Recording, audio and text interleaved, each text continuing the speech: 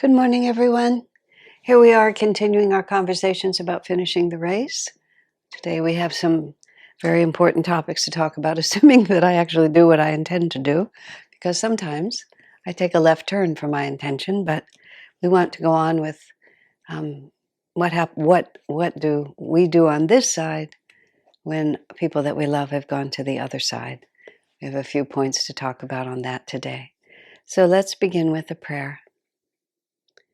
Heavenly Father, Divine Mother, friend, beloved God, Jesus Christ, Babaji Krishna, Lahiri Mahashaya, Swami Sri Yukteswar, beloved Master Paramhansa Yogananda, saints of all religions, dearest friend Swami Kriyananda, humbly we bow to you all. Help us to feel your presence, to know with certainty that even though you are not visible to our physical eyes, you are always with us in spirit and in love, that everything we do is within your watchful gaze. And if we but still our hearts and open our minds, we will feel you with us, guiding and blessing. We are your children. Bring us home to thee. Om, peace. Amen.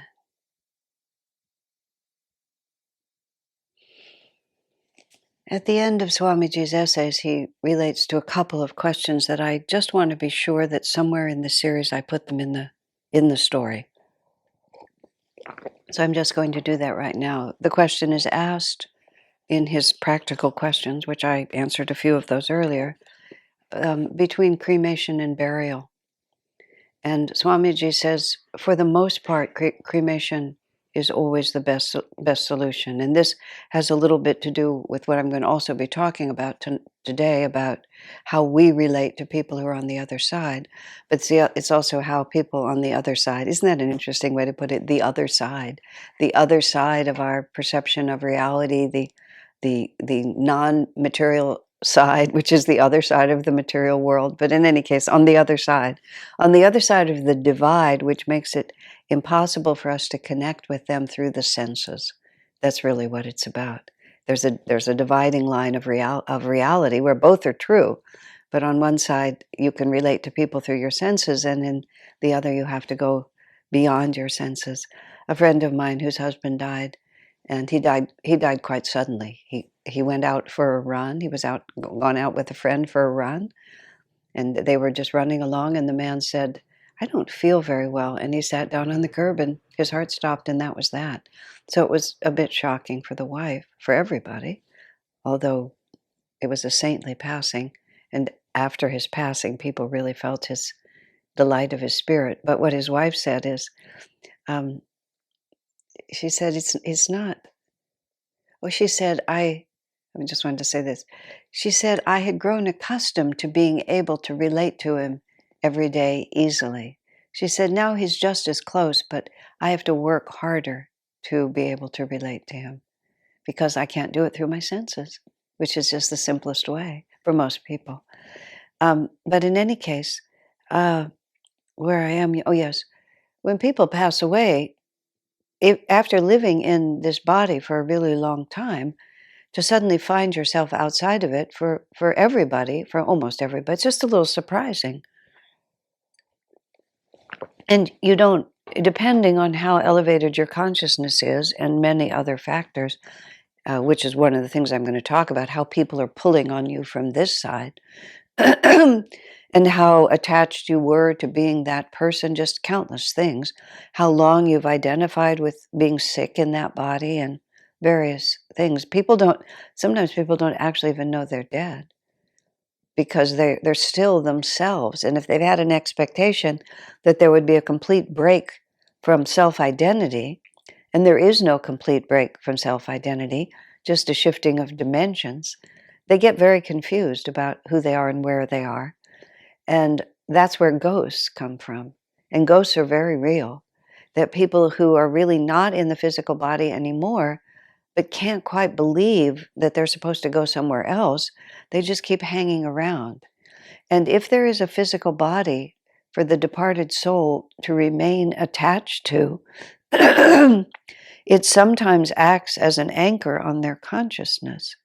Whereas if the body is cremated and that whole material dimension is gone, it's generally speaking better for the departed soul because it's a final ending. There's nothing to hang around with, and the ashes are dispersed into the river. There's not even a focal point of the ashes. Although I've never heard it said, although it could be logically said that keeping the ashes in the urn on your altar, but that's all part of what I'm going to say in a few minutes about relating to the departed ones. But certainly when there is no physical body, the departed soul gets the point that there is no physical body. Now, the departed soul still has an astral body, a recognizable astral body, but it's a different body, and it doesn't relate to the material plane in the same way. We know all of this beautifully because of movies and television now, where this is a huge theme, and many of the dramatizations of this are done extremely well, so we can sort of see how that whole thing works.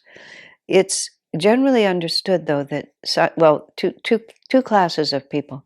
Sannyasis are often buried instead of cremated because the fire ceremony of the sannyasi initiation is considered to be the cremation. That I've already been cremated, so we don't have to cremate this body. Whereas householders are usually cremated because they haven't been through the sannyasi ceremony. They haven't been pre-cremated before death. But a more deeply true reality is that advanced souls should not be cremated because their body, when you think about it, I have a little bit of fabric from something that Master wore, and it's a treasured relic. But Master wore his body for almost 60 years. Swamiji wore his body for more than 80 years. So the body itself, the physical elements of the body, are profoundly permeated with the divine consciousness, which is why in the Christian tradition, the bodies of saints were considered to be such valuable relics that they were often chopped to pieces and sent all over the place. You go to places in Catholic areas of Europe like Italy, and I remember now, it might have been Saint Teresa of Avila, but I'm not sure. But there was a jar with some saint's finger in it. It just seems so morbid on a certain level. Oh, look, here's the jar with Saint Teresa's finger. Oh, please forgive me if I don't look. But the point is, it's a treasured relic. It holds the vibration, and many miracles are done by the bodies of saints. So Swamiji agreed, I mean, at our suggestion, but he also impersonally agreed that his body would not be cremated. And his physical body in a casket in the Moksha Mandir. Moksha means divine freedom, and Mandir means temple. In the temple of his spiritual freedom at Ananda village, there's an altar area that's defined actually on the floor, but underneath it, right underneath it, at the level attached to the floor, or at the level of the floor, is the casket with his body. So when you see that square area, if you go there, that's exactly where his body is, and the floor is marked his head and his feet, and it's there, just like Master is in the crypt at Forest Lawn. Lahiri Mahashaya was cremated as a householder, but it was a misunderstanding. He had left instructions not to be cremated because he also knew that he shouldn't be. Sri Yukteswar was not cremated. Sri Yukteswar was put into the lotus posture. A hole was dug in the sand, and his body in the lotus posture was set into the sand. And it was a sandy area was bricked in, and then his body was set in the lotus posture. You can find pictures on the internet of Sri Yukteswar's body after he's left it. It's remarkable, strange, exotic looking. There he is in the lotus posture, but it's just the body. There's no spirit in it. But the body was set into the ground. Then a small mandir was built over it, which I've been to that place many times, and it remains one of my One of my favorite places in the whole world to meditate is sitting right on that floor, knowing Sri Yukteswar's body is right under you. There's an emanation that is like nothing else that you ever experience. And of course, the Moksha Mandir, all of us who've been there where Swami is it's quite remarkable. However, for the ordinary person, cremation is better. Don't be worried if you buried your loved ones. Everything works itself out. And in the Western world, well, cremation is actually becoming more and more popular, and it's a good thing for that reason. There are some traditions that say that you should leave the body for 3 days to give the departed soul time to get comfortable with the fact that they're not going to be able to get back in it, that it's really done. In India, they cremate actually, though, fairly quickly. Partly, they say, because of the weather, where mold and rot sets in, because a dead body rots very quickly. But also, it may also be just to move the souls along, to just make it happen. I wish I could be more exact about that, but I don't have a clear thought in my mind. And it's important to realize that even though the person may not be in their body anymore, they might still be in the room. And oftentimes you feel them. Not always, depends on who they are. When Paula departed, who was my friend who died very consciously, the second she stopped breathing, she was gone. And it was just like her body became less than a piece of furniture in just a matter of minutes. It just had no relationship to her anymore. She was gone. But oftentimes when circumstances are different, and we were also, you see, everybody in the room was cheering her departure. Her husband was, of course, more anguished about her leaving. But even we were all just cheering her departure. Whereas when a wife dies or a husband dies or a mother dies, not everybody in the room is able to be that free that fast. When my father died, I felt this rising joy up my spine that was just extraordinary. And he was a good man. He wasn't a pious man. He wasn't an atheist, but he wasn't pious. But there was this joy, I think, because my mother came to get him. My mother had gone ahead. And, well, just speaking of relating to departed ones, they were married for 56 years. They were very devoted to each other. It was a great blessing to grow up in a household where my parents loved each other as much as they did, right up to the end. They took care of each other and loved each other. My mother died. Now, my brother and sister and my sister's a Kriyaban, and my brother is a very sensitive man. After my father died, the three of us spoke to each other about something we had never talked about, which is during the 2 years that my father was on this side and my mother was on the other side, every time I think about my mother, she was a little agitated. And I just couldn't think about her. It wasn't relaxed to contemplate her.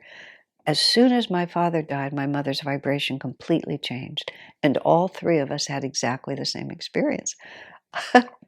I know my parents, and I know the dynamic of their relationship.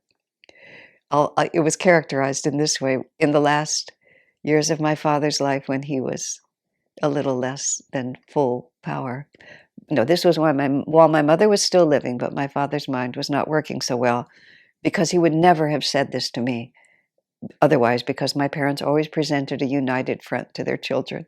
But my father said to me, "I love the way you stand up to her." He said, "I could never do that." So I think my mother was after him. "What are you doing still in that body? You belong here with me." I'm just making this up, but I think it was true. And she was so annoyed with him.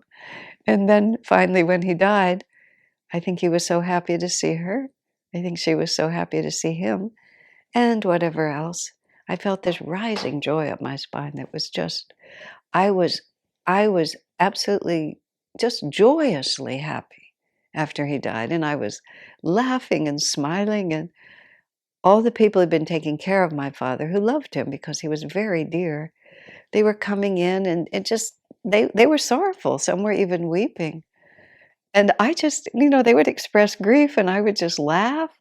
finally my sister punched me in the ribs like that and said, you've got to respect these people's feelings. You can't just be behaving like this.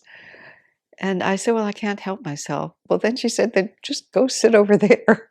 So I let her, greet everyone, and I just went and sat in the corner because I couldn't help it. So what I'm saying is there was nothing on our side holding him, and he just was able to go. But if there is someone holding, and the relationship continues, then it can be more delicate. For this reason, and I always take every opportunity I can to say this out loud because it's not the way most people think. For this reason, organ donation is a bit of a conundrum. Because on one hand, you think, well, goodness, if somebody else's life can be extended and children can have their parents for a few more years, or parents can have their children, or just all these different things. If the blind can see, if all this service can be done by something I don't need at all, it means I should do it. So many generous-hearted people who are devotees, assign organ donation on their medical advice, medical instructions. Swamiji's mother did that. And when Swamiji heard, the only phrase I can use is he pleaded with her not to do it. And this was his reasoning. He said, just as I've been saying, when the soul leaves the body may have stopped working, but that doesn't mean the soul really understands what's happening. When my mother was in the astral world, she'd been sick with Parkinson's for 15 years, and she had identified with that sick body. And soon after she died, she came to me in a dream, and I know this was real. My mother was not, she didn't trust everyone, and she trusted me, but she didn't trust everyone. When she called me on what was an incredible emergency, I canceled everything. I flew from Northern California to Southern California to just be there as fast as I could because she had some emergency. When I got there, she wanted me to make her a dentist appointment.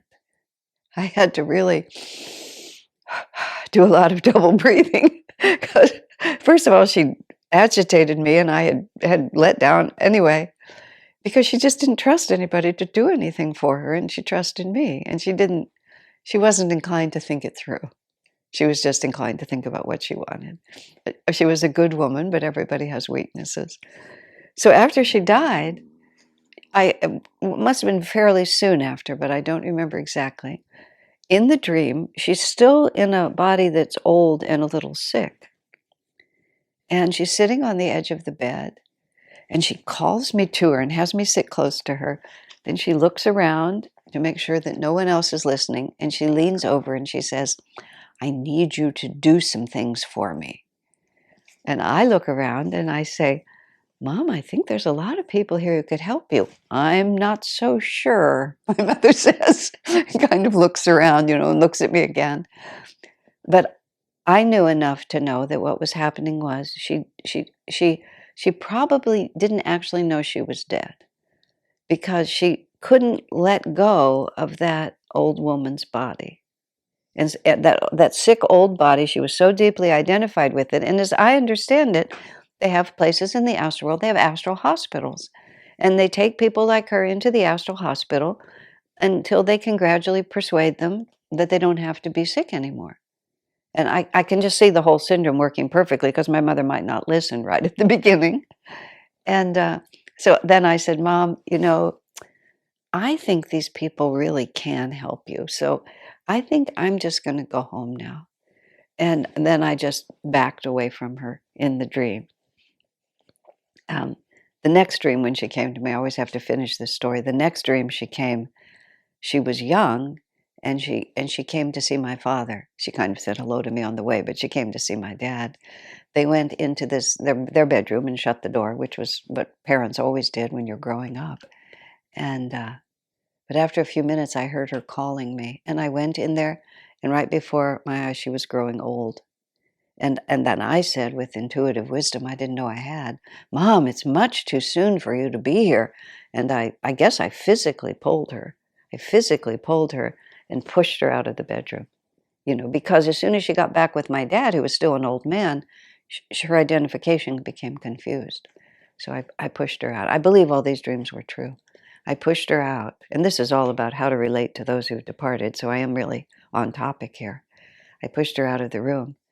And then the next dream I had, she was young. Now, this is confusing to me because I know she wasn't really at peace until my dad also passed.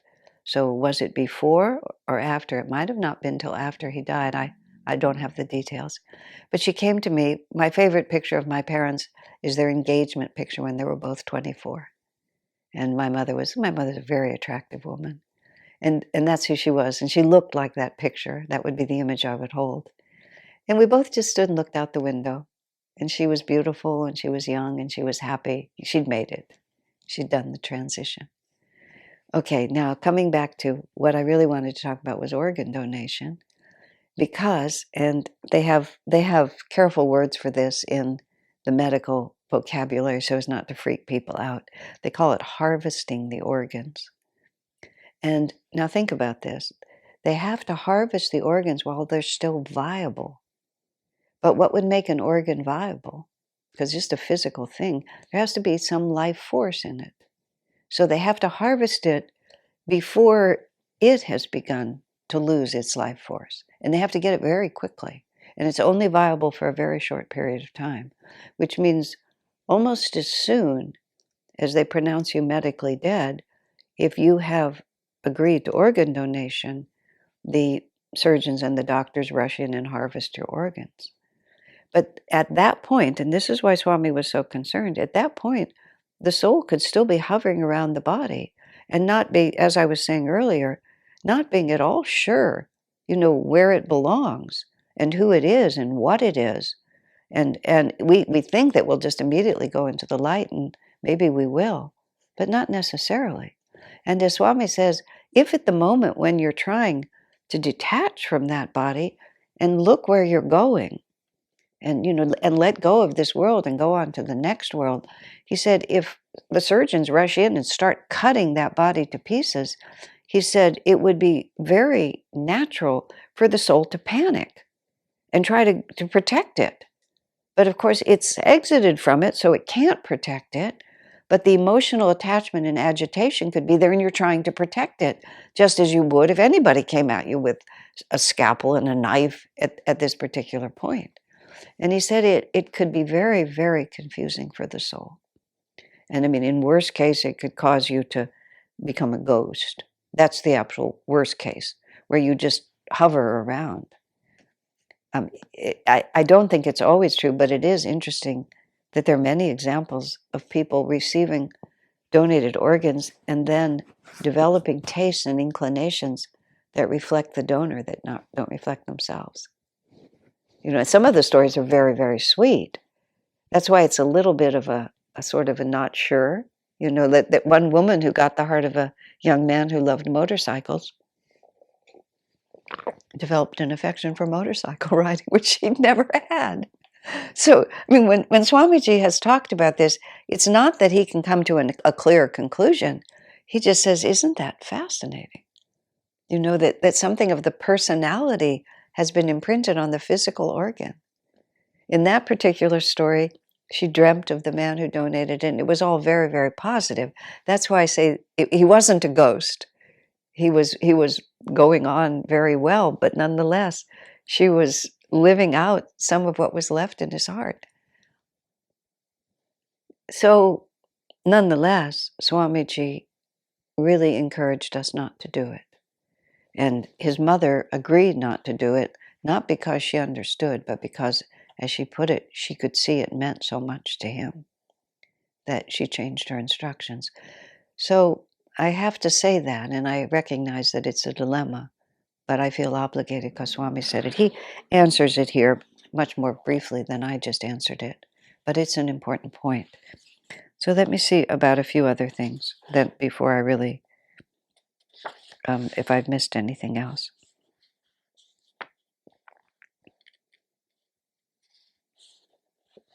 Okay, so now I want to talk a little bit, and oh my goodness, my day is almost over again. Here, I've done it again. I do want to talk a little bit about grief, and I did mention about, the way I felt when my father died, when Paula passed. When we were in Assisi, Italy, um, when I say we, Swami was living there, I was there visiting. Um, the Assisi community is about 20 minutes outside. The Ananda Assisi community is about 20 minutes outside of the city of Assisi, and it's in a rural county, a rural area, and um, there's sort of a rural road that is not very developed naturally, and on that road there was a shrine, and it was always had fresh flowers, and it had many different things there. And of course, when Swami saw it, he asked about it, because I think it came into place during his absence, and then when he returned for his many months that he would spend there, they passed it on the road. And then they passed it every time they would go to and from town, and Swami observed that there were always fresh flowers there. And the residents explained to Swamiji that a young man had been killed, a man in his 20s, had been killed in an automobile accident right at that spot. The details of it I don't know, but that's where he died. And his grieving mother had set up that shrine. Now, that shrine remained there like for several years, and it always had fresh flowers. And Swami's comment, now, the ordinary worldly comment, you would say, what devotion, what unconditional love on the part of the mother, how bravely she visits the shrine and makes sure the flowers are fresh. I mean, that would be how the worldly mind would think. Swami said, oh, that poor young man. He said to have his mother all this time later weeping at the scene of his death. He said, it must be a terrible burden on his soul. He said he'll be forced to repudiate his mother completely in order to escape from that. Now you have to think of the Bhagavad Gita. What is day to the worldly man is night to the yogi. What is night to the worldly man is day to the yogi. Now, that his mother should be indifferent to the loss of her son would be inhuman. That wasn't at all what Swami was suggesting. But it really comes down to the real question, what is love? What is true love? And also, what is the true purpose of our human relationships? There's a clue here, which is that all human relationships end in final separation. Because if it's defined by the physical body, the form has to change. I talked about this yesterday. The love doesn't change, but the form has to change. And even like the miracle of birth, I mean, the number of times that people have sexual relations and the number of times that a child conceives the life of most couples, there's much more sexual intercourse than there is conception.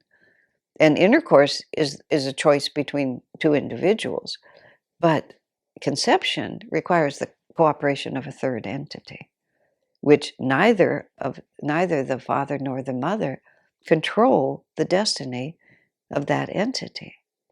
The way Swamiji put it, the male and female uniting create the physical vehicle through which the soul can express its destiny.